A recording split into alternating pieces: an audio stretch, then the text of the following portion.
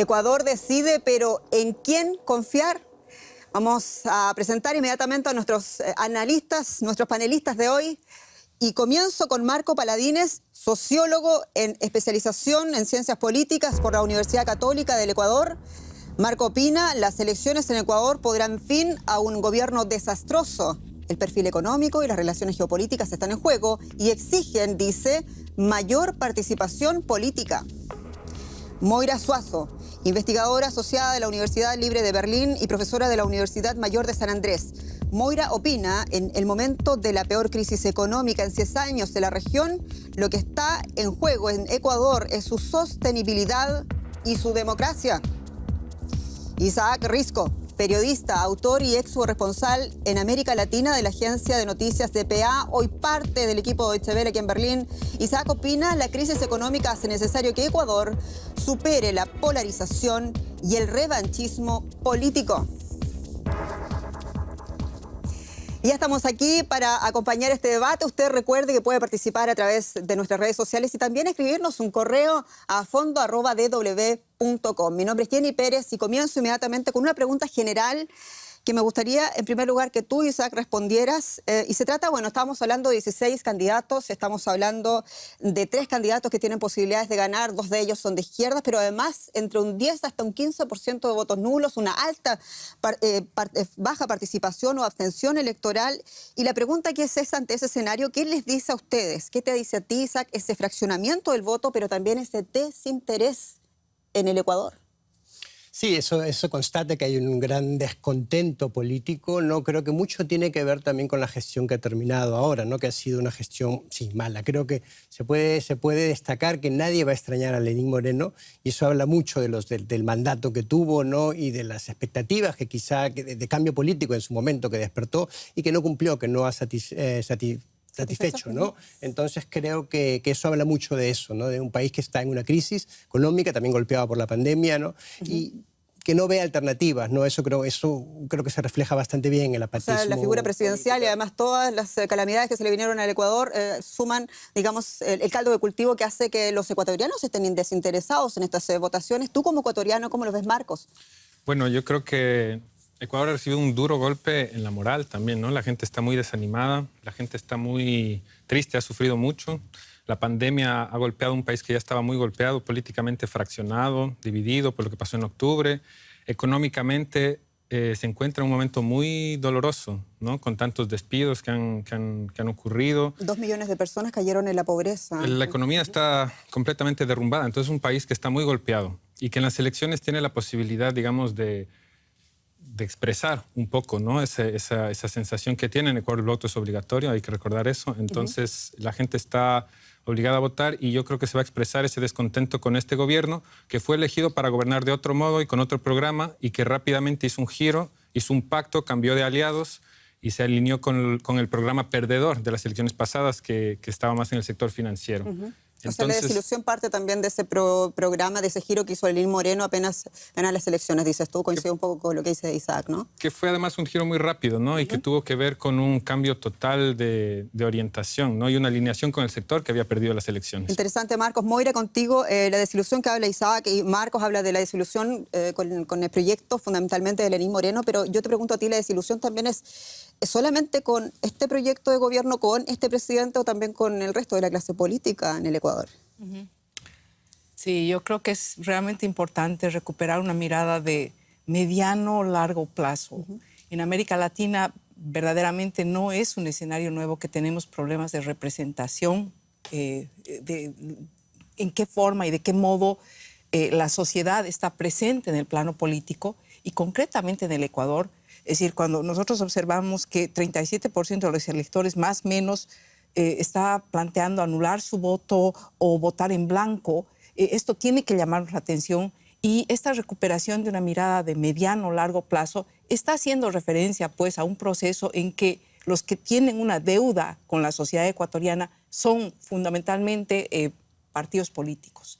Esta ausencia, este vacío en construir partidos representativos comprometidos con la democracia, que esté escuchando con orejas grandes las palpitaciones de la sociedad y que sea capaz de hacer lo que tenemos que hacer en democracia, que es construir el conjunto en diálogo, en un diálogo abierto, en un diálogo democrático. Yo creo que hay varias facturas que se están pasando y estas facturas no nos están permitiendo observar lo más importante. Muy bien, una deuda de los partidos políticos, dice Moura Suazo. Y quiero volver a tu punto, Marco. Tú hablabas de, bueno, de estas políticas económicas. El presidente Moreno cambió, se hizo alianza con, digamos, con los partidos más neoliberales, de corte más financiero, de la banca, y se equivocó. Cuando tú dices se equivocó, ¿cómo podemos medir que se equivocó el presidente Moreno tras 4 años de gobierno? Hay que ver la cantidad de despidos, ¿no? Que ya hicimos alusión a eso. Hay que ver la cantidad de gente que fue despedida sin indemnización después de años de trabajo en sus empresas. Es decir, ha sido un golpe directamente al sector trabajador. Recordemos que en octubre del 2019 hubo un gran levantamiento popular que ha sido el levantamiento popular más violento en términos de muertes, en términos de represión policial que ha habido en el Ecuador desde hace mucho tiempo, desde hace varias décadas. Un levantamiento que tenía un motivo fundamentalmente, digamos, económico. Se trataba de la eliminación de subsidios, que es una política que implementó este gobierno. Entonces, hay un descontento real que se siente en carne, ¿no? por parte de muchos sectores que, a diferencia de lo que estaba pasando antes del gobierno de Lenín Moreno, vieron sus derechos laborales, sobre todo, completamente aplastados, ¿no? Hay una cosa más. Es verdad que hay una especie de crisis de representación, de que los partidos, que hay un montón de partidos, 17 partidos, que tendrían un poco que... que muestra una imagen un poco errada de lo que está pasando, porque lo que está en juego no son 17 posiciones, más o menos son 2 posiciones grandes las que se están enfrentando, y eso tiene que ver, o se puede ver mejor en el contexto regional, no en el papel que puede jugar Ecuador en el contexto regional. Pero cuando no sé los ecuatorianos van a votar, ven también la impronta de esas fuerzas que se representan nuevamente, esas fuerzas que tienen historia, y hablamos del correísmo, hablamos también de la corriente que defiende ahora con esta alianza que hizo en su gobierno el presidente Lenín Moreno, incluso, o aquellos que hacen una política más bien, digamos, reivindicativa y que lo hace desde el punto de vista de la oposición, estas dos principales fuerzas en el Ecuador, si es que se puede poner en esos términos. Yo me pregunto, son 4 años que también significan no solamente un nuevo presidente, sino que también significa el fin de este presidente. Termina Isaac Risco, termina Lenín Moreno, 4 años bastante convulsos. Dicen muchos observadores los más convulsos, incluso de las últimas décadas en Ecuador. Si miramos lo que pasó en 2017 con el paquetazo. Si hablamos del legado de Lenín Moreno, ¿qué podemos decir del presidente?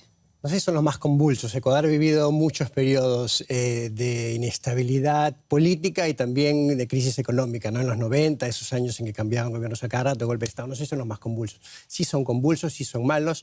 Creo que el legado no es bueno de Lenín Moreno, ¿no? Que es algo también triste para... Es cierto que dio un giro político, se distanció de Rafael Correa y del correísmo. Creo que esa enemistad personal encarnizada que tiene con Rafael Correa ha dañado mucho también a su gobierno, ¿no? Llevar esto a un plano personal y que ha ido más allá de eso. La negociación con el FMI, creo que la experiencia en América Latina siempre dice que los préstamos del FMI, los pactos con el FMI no han ido bien, ¿no? Creo que no era necesario, creo que no es bueno para el país. Entiendo que hay un problema de financiación, pero no a ese punto de llevarlo otra vez a una dependencia del FMI, a una deuda pública tan grande, ¿no? La apertura a las inversiones a mí no me parece per se mal, ¿no? Él intentó cambiar cuando llegó al gobierno, cuando cambió la política, intentó el diálogo con el sector empresarial, que está muy enemistado con Correa. A mí eso per se no me parece mal, pero los resultados creo que no le están dando la razón. Creo que es un gobierno, como decía antes, que va a acabar con... Nadie va a extrañar a Lenín Moreno. Tiene una popularidad del 7%, creo que eso dice mucho el fracaso de su gobierno. Moira, ¿tienes algo que agregar al...? Sí, definitivamente. Yo creo que sí, verdaderamente ahí coincidimos. Es decir, que el gobierno de Lenín Moreno tiene un balance negativo en conjunto. Estoy de acuerdo. Sin embargo, lo que yo creo que hay que mirar también es que verdaderamente este gobierno no se instala en un vacío. Y cuando estoy diciendo que no se instala en un vacío, estoy haciendo referencia al hecho de que cuando vemos qué pasó con Alianza País, cuáles son las incapacidades dentro de esto que tenía que ser un partido representativo, popular, con grandes ofertas al conjunto de los ecuatorianos, en el ámbito ecologista, por ejemplo. en el ámbito de la democracia. Pero no eso había se supone que tenía que ser el último gobierno. Alianza País, Lenín Moreno salió en 2017 con el 51% de los votos a favor de ese partido. Correcto. Y justamente ese es el punto. Yo creo que cuando Lenín Moreno entra, hay una pregunta fundamental, y es esta pregunta fundamental de cómo construimos país con un partido político. No son personas. Yo creo que nos estamos equivocando si estamos queriendo poner la responsabilidad por un periodo a personas, porque el tiempo también ha cambiado enormemente. Perú salía del tiempo de las vacas gordas con Correa y Lenín Moreno entra en un tiempo completamente distinto. La caída de los precios del petróleo que van a marcar esa administración, lo cual está lejos para mí de decir no hay un ámbito en que se tiene que hacer una administración. ¿Ha habido una pésima administración de la pandemia? Sí. Ha habido ya una crisis económica un poco anterior que ha sido manejada de este modo. Esa es una decisión política. Pero lo que estamos viendo es que hay una dificultad en esta bisagra que tienen que hacer los partidos políticos, y ahí las responsabilidades son responsabilidades compartidas. Sí, la responsabilidad por un país no puede caer en una persona. Correcto. Rafael Correa no solamente se fue con las vacas gordas, sino con un gran despilfarro en las arcas públicas del país. Eso ya está comprobado además, pero dentro de todo hay un montón de procesos legales que se siguieron contra el señor Rafael Correa, que termina con una sentencia por corrupción. ¿Cuánto complica la desilusión de los ecuatorianos ante ese escenario, Marcos? Bueno, esta sentencia es por influjo psíquico. No hay esos son juicios que son muy cuestionados, ¿no? Que son juicios que han sido, digamos, además dirigidos por una fiscalía puesta a la medida del gobierno actual. Entonces, creo que hay que... ¿No hay independencia del Poder Judicial? ¿Esto es un juicio político? No, ¿Es lo que al inicio del gobierno de Moreno se realizó una consulta popular donde se conformó un poder especial del Consejo de Participación Ciudadana, y ese grupo de personas encabezadas por Julio César Trujillo, quien murió después de dejar ese cargo, se encargó de hacer unas reformas completamente anticonstitucionales que barrieron todos los poderes, todas las personas que estaban en Contraloría, en Fiscalía. Entonces barrieron con la institucionalidad que ya estaba cuestionada también, no vamos a olvidar eso. Pero a esa institucionalidad que ya estaba cuestionada la barrieron y pusieron gente que estaba completamente controlada por un cierto poder político para perseguir al partido de Correa, y con eso finalmente terminan, ahora vamos a ver en las elecciones, probablemente favoreciendo al sector en el que Correa está, porque la gente ha visto esa persecución política. Pero a ver, si entiendo tu postura, nada de lo que está enfrentando, lo que ha enfrentado, digamos, Rafael Correa en ausencia en este juicio que se le hizo en Ecuador, ¿nada de eso es responsable Rafael Correa? Eso es un asunto que tiene que ver la Fiscalía, ¿no? Pero una Fiscalía independiente tiene que investigar. Yo creo, a ver, en el gobierno de Correa hubo mucha corrupción, pero eso no lo inventó el gobierno de Correa. En el Ecuador republicano, desde 1830 hasta acá, ha habido mucha corrupción. La corrupción en los países latinoamericanos es sistemática y tiene que ver no solo con un problema moral de las personas, de que si son buenas o malas, sino con encontrarse en instituciones que ya están en una cancha más o menos demarcada, donde tienen relaciones asimétricas con otros sectores. La empresa corruptora de Latinoamérica se llama Odebrecht, ¿no? Brasileña empresa constructora, que está siendo juzgada en varios de los países latinoamericanos. Pero algunos de los juicios también tienen que ver con Odebrecht en Ecuador, y me pregunto, ahí también se equivocaron por los eso. fiscales. Entonces, de acuerdo. Entonces, que se busque a todos los culpables de corrupción en el gobierno de Correa, en el de Moreno también, que la corrupción también ha sido gigante, antes de Correa también, y que se juzgue a Odebrecht. En Ecuador no se juzga, no está acusada, Odebrecht, no está acusada. La principal empresa corruptora no está acusada. Entonces, los juicios no tienen validez. Yo quisiera aumentar un punto en este tema, porque yo creo que es un tema clave para nuestros países y para Ecuador central. Y es este tema de que la corrupción no se da en el vacío. Y durante el gobierno de Correa, lo que hemos tenido es una destrucción sistemática de las instituciones.